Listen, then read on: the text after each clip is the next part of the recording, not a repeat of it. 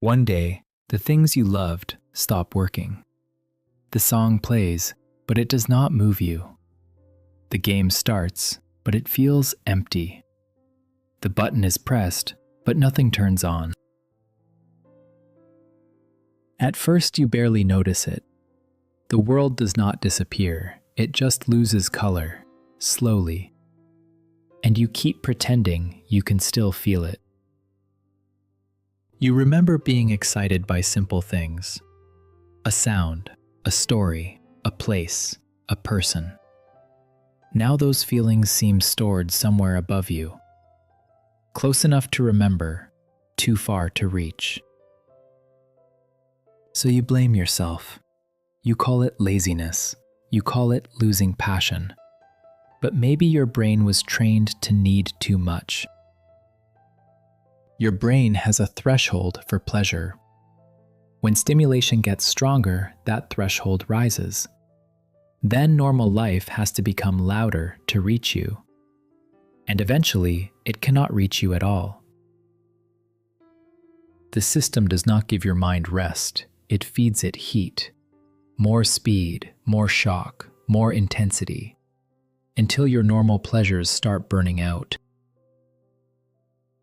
Your brain is hit from every direction, not by one loud thing, by thousands of small signals, each one asking for a piece of your nervous system.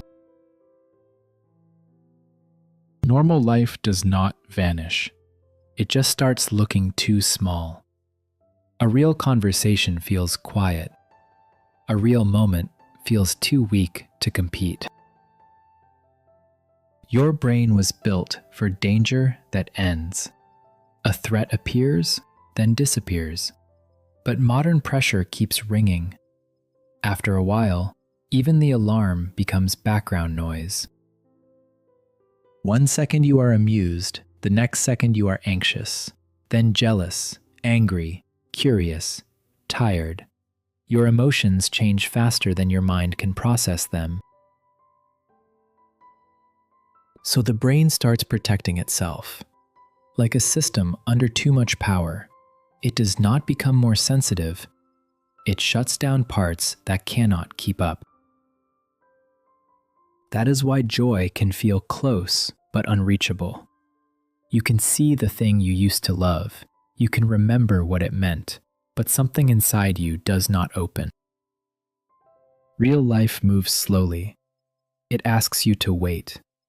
It asks you to stay with one thing. But your brain has been trained to expect impact. Even ordinary warmth can start feeling distant. A meal, a voice, a small human moment that should be enough. Simple joy used to find you easily. Now it feels like a language you forgot. The world still offers small pleasures, but your mind no longer knows how to receive them. This is not boredom in the normal sense. It is a damaged contrast. After too much intensity, ordinary pleasure tastes blank. Not because it is empty, but because your threshold is too high. When normal pleasure stops working, you search for stronger pleasure. Something faster, something louder, something that can finally break through the numbness. For a moment, it works. A shock reaches you. A laugh reaches you. A sharp feeling cuts through the silence. Then it fades, and the silence comes back heavier. Because stimulation did not restore you, it only covered the emptiness for a few seconds. So your threshold rises again. The next pleasure has to be stronger. The next escape has to be louder. And the loop quietly trains you to feel less. The way back is not more intensity. It is less. Less noise.